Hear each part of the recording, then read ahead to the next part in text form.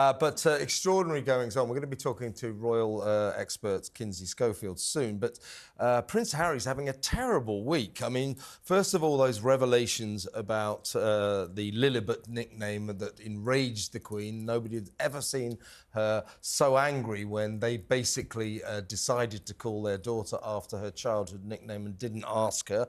Now it has emerged that he's absolutely folded and stacked his cards on this big libel case against the Mail on Sunday. He has agreed to pay £250,000 of the Mail on Sunday's costs, and his lawyer's fees are going to be £750,000. He's just lost.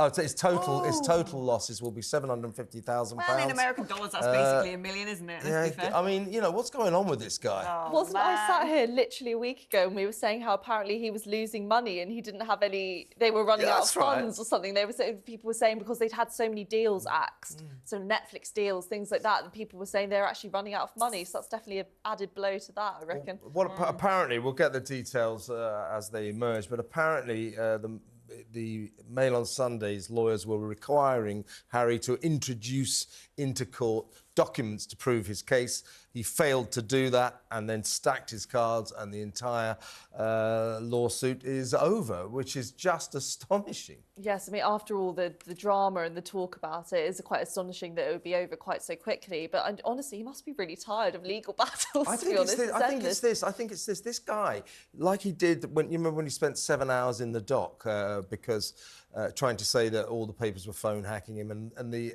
lawyer for the Mirror Group just said, well, you haven't got a single piece of evidence. He thinks he can go into court and say, well, it's me, it's Harry, I'm telling you the truth. Actually, well, you know, Harry, I'm telling you the truth. Yeah, well, first of all, you know, don't forget Harry, like Meghan, tells his truth as opposed to the truth, you know. And secondly, he just thinks, it seems to me, he thinks that just by standing there, say, but come on, I'm royal, yeah, I've got to win this case. Well, you need evidence, and he clearly did not have it. Well, yeah, thanks for highlighting that we need evidence in a court case, Kevin. That's really handy for everyone to know in case they weren't. I'm a journalist, you know, I know these kind of things, you know.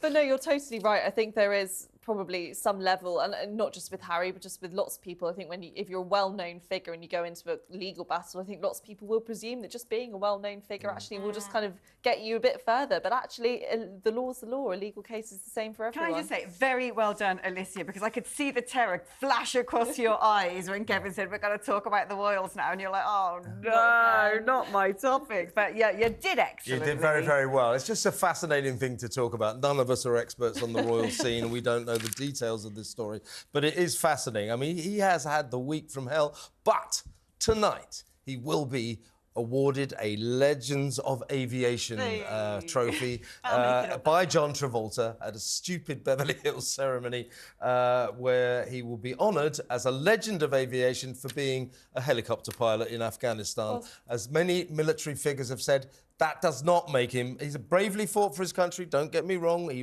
deserves our admiration for that, but he is not a legend of aviation. Well, is Rishi Sunak a legend of aviation if he gets a Rwanda flight on? Exactly! You're here all week. Very, very good. Yeah. He would be, though. He would be.